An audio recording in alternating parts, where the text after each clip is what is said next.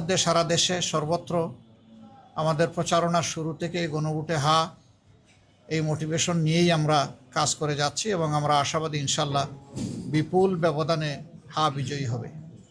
হা যদি বিজয়ী হয় তাহলে বাংলাদেশ জিতে যাবে। হা যদি বিজয়ী হয় তাহলে ইনশাল্লাহ জুলাই আকাঙ্ক্ষা বাস্তবায়িত হওয়ার পথ খুলে যাবে। হা যদি বিজয়ী হয় তাহলে অতীতের নির্যাতন নিপীড়নের অবসান ঘটবে এবং তার যৌক্তিক ন্যায়সঙ্গত বিচার হবে। হা বিজয়ী হলে আবরার ফাহাদ থেকে শুরু করে আমাদের বিপ্লবী শরীফ উসমান হাদি পর্যন্ত সকলের বিচারটা তাদের পরিবার পাবে। এই যে 1400 শহীদ যারা জীবন দিয়ে এই জাতিকে জীবন এনে দিল, তাদের প্রতি আমরা গভীর শ্রদ্ধা নিবেদন করছি এবং সেই সাথে সকল জুলাই যোদ্ধাদের প্রতি। আমাদের অবস্থান মূল থেকেই স্পষ্ট ছিল। আমরা এই দলগুলো সবসময় সংস্কারের পক্ষে ছিলাম, আমরা পরিবর্তনের পক্ষে ছিলাম। জাতি অতীতের রাজনীতির ভুক্তভোগী এবং এই জাতির অনেক ক্ষতি হয়ে গেছে। 54 বছরে এই জাতি বহুদূর এগিয়ে যেতে পারত। দুর্নীতি দুঃশাসনের কারণে জাতি এগুতে পারেনি। আমাদের অঙ্গীকার হচ্ছে দুর্নীতির বিরুদ্ধে স্পষ্ট অবস্থান এবং আমরা সমাজে সুশাসন বা গুড গভর্নেন্স দেখতে চাই। এর সাথে সাথে আমরা সমাজে সর্বত্র ন্যায় বিচার কায়েম করতে চাই। এই দুইটা জিনিস যদি নিশ্চিত করা যায় তাহলে আমাদের সমাজ যেভাবে পশ্চাৎপদ হয়ে পড়ে আছে এই অবস্থা থেকে উত্তরণ হবে।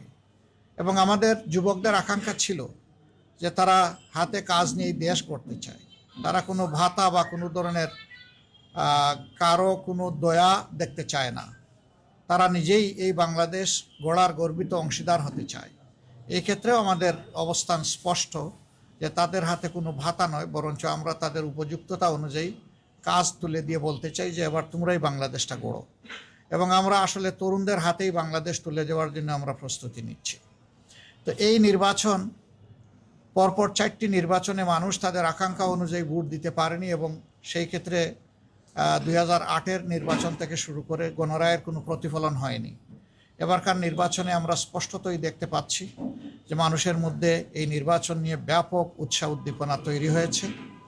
যাদের ভোট গ্রামে আছে তারা দলে দলে অনেকটা ঈদের উচ্ছ্বাস এবং আনন্দের মতো তারা যাচ্ছে, নিজেদের নাড়ির টানে গ্রামেই ফিরে যাচ্ছে। সেখানে তারা ভোট দিতে চায় এবং তারা তাদের মনের মতো সরকারও দেখতে চায়। আমরা আশা করছি গণরায় প্রতিফলিত হলে বাংলাদেশ ইনশাল্লাহ নতুন রাজনীতির দিকে আগাবে এবং নতুন যে বাংলাদেশের আকাঙ্ক্ষা জনগণ অন্তরে পোষণ করে তা ইনশাল্লাহ বাস্তবায়িত হবে।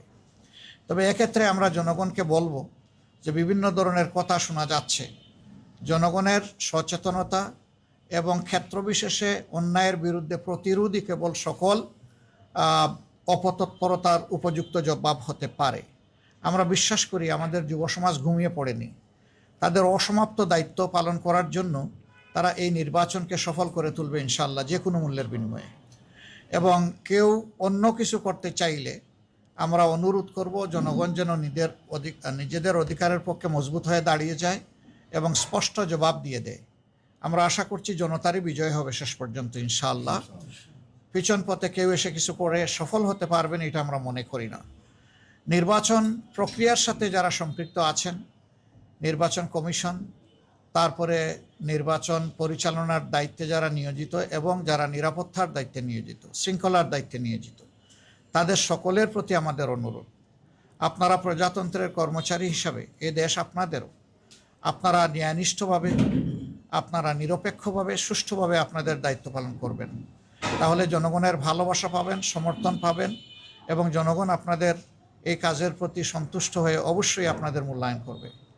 আমরা অতীতের মতো আর কাউকে দেখতে চাই না যে সরকারি প্রজাতন্ত্রের, বাংলাদেশ নামের এই প্রজাতন্ত্রটির কর্মকর্তা হয়ে কেউ নির্দিষ্ট কারো পক্ষ নেবেন, এটা আমরা একেবারেই দেখতে চাচ্ছি না।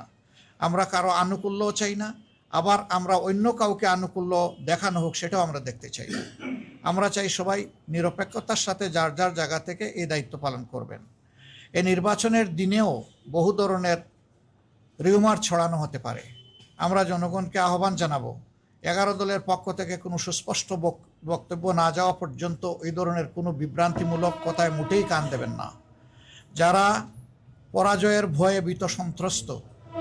যে কোনো পক্ষ যে কোনো কাজ এই ধরনের করতে পারে, মিথ্যা অপবাদ ছড়াতে পারে, ভয়ভীতি সৃষ্টির জন্য, আতঙ্ক সৃষ্টির জন্য।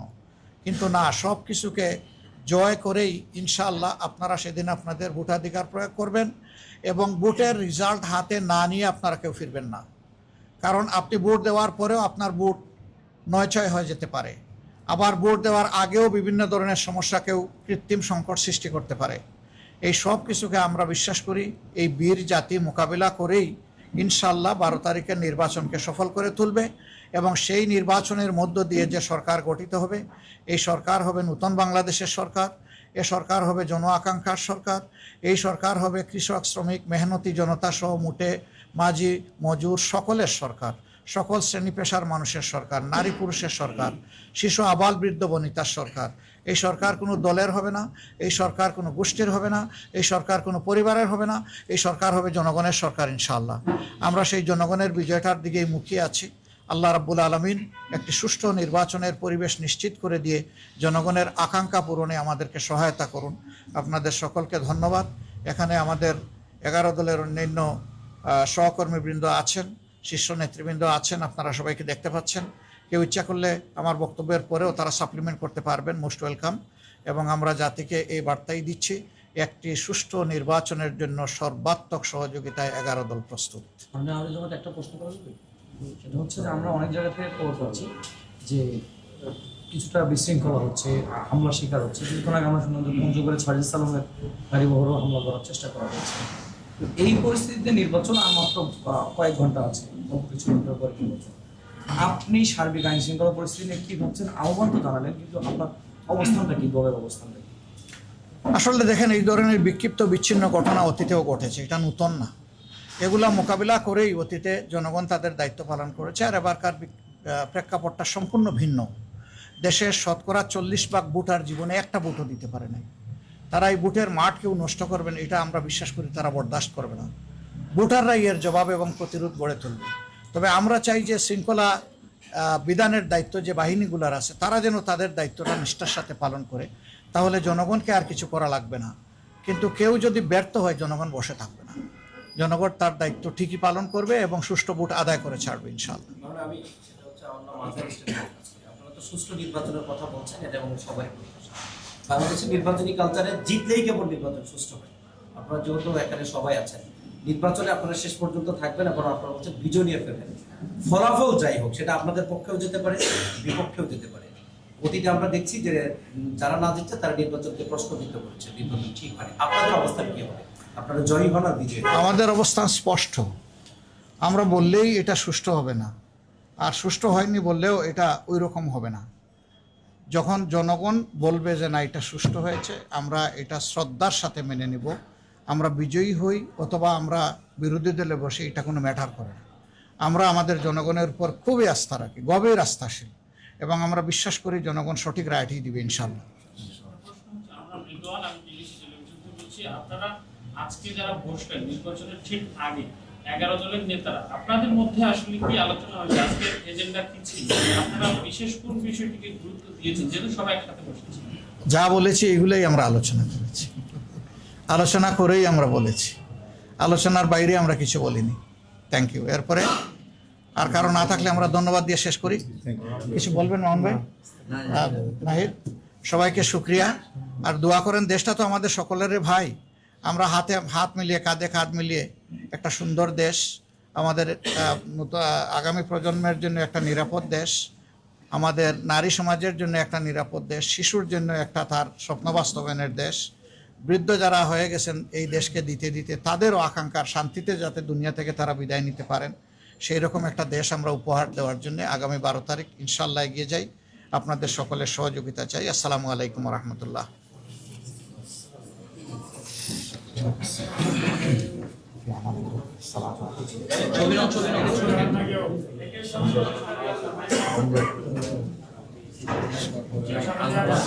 জানেন না